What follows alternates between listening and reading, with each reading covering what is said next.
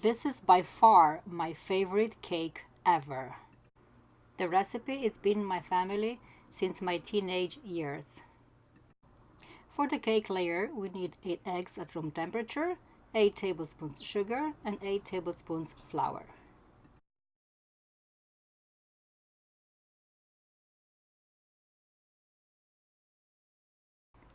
Separate the eggs very carefully. Make sure no egg yolks goes with the egg whites. If that happens, the egg whites will not beat well. Also, make sure that your mixer is very clean and no grease on it, or any butter from previous use. It will not allow the egg whites to get nice and firm and stiff. Let's put the shield and start mixing. When it begins to foam like this, you can start adding the sugar, 1 spoon at a time. Resist the temptation to dump the whole thing in. Just take your time, let it incorporate. Be patient.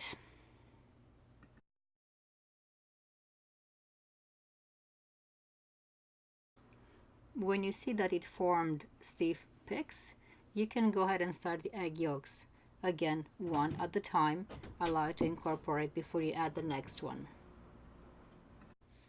Run the mixer at a low speed when you add the eggs. I just speed up the video here so that it doesn't take that long to show you the entire process. And the last step, adding the flour. For this part, I'm taking the bowl off the mixer and start adding the flour a little bit at a time. I'm using a spatula and I'm folding in the flour very gently, and you should imagine you're creating this J shape, kind of go down into the bowl and go around the sides and again down into it.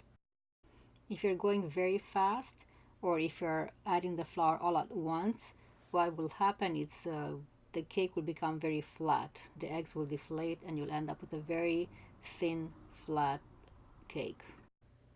Okay, looks like I'm done with folding the flour.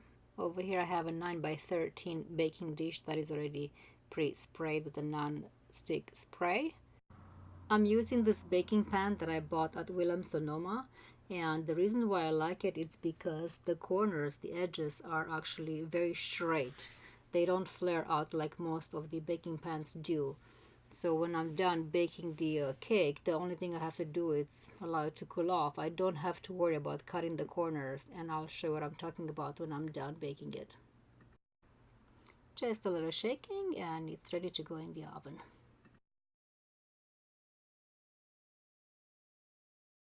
"40 minutes have passed, my cake is done, so it's time to put it on the cooling rack.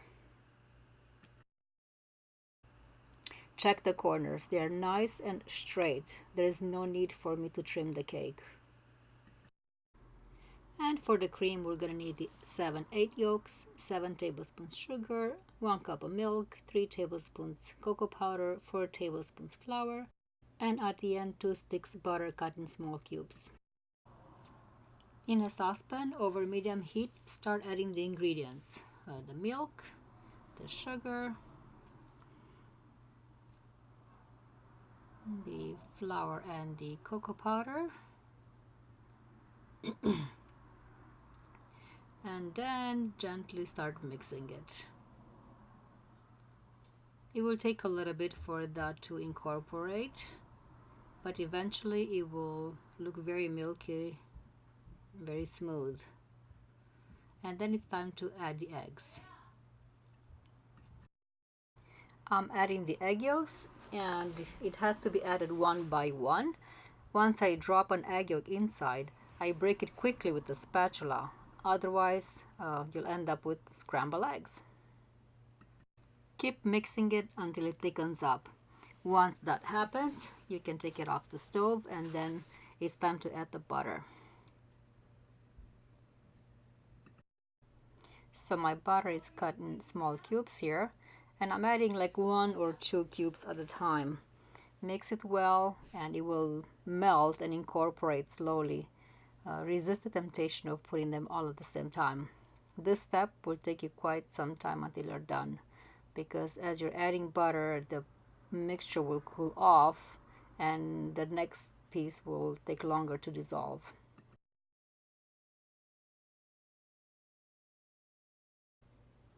Once the cream has cooled off, it automatically has hardened up, and then it's time to place it evenly over the cake. Start beating the egg whites. You can go ahead and beat at high speed right away.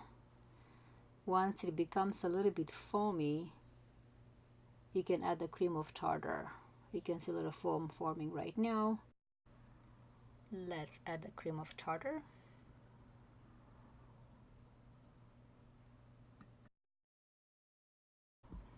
And in goes the sugar, 1 spoon at a time.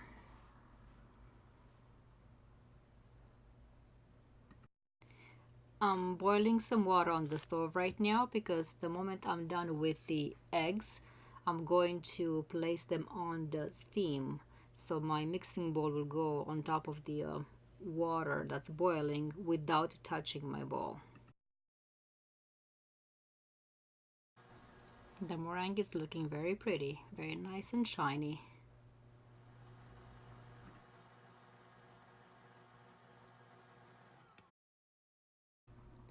Okay, now I'm ready to transfer the eggs on the steam. With one hand I'm holding the mixer, and with the other one I'm holding the hand mixer, and I hope you can see underneath my mixing bowl there is the water boiling in that small pot there. At this point, in a small saucepan, I'm having the sugar getting melted on the stove. So for this step, you might need a second person to help you out. I actually have somebody who is melting the sugar for me right now. And once she's ready, she's gonna come and bring it and put it into my bowl. It will take a few good minutes for that sugar to melt. And it's good to melt it into a saucepan that it's light in color. This way you get to see when the sugar becomes this nice rich amber color as it is right now. And now the sugar is ready to be poured over the egg whites.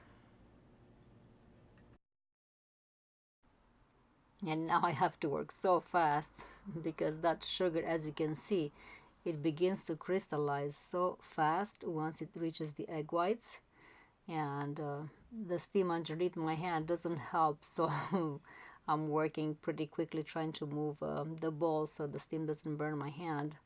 Somehow I can't really work with the gloves when I do this.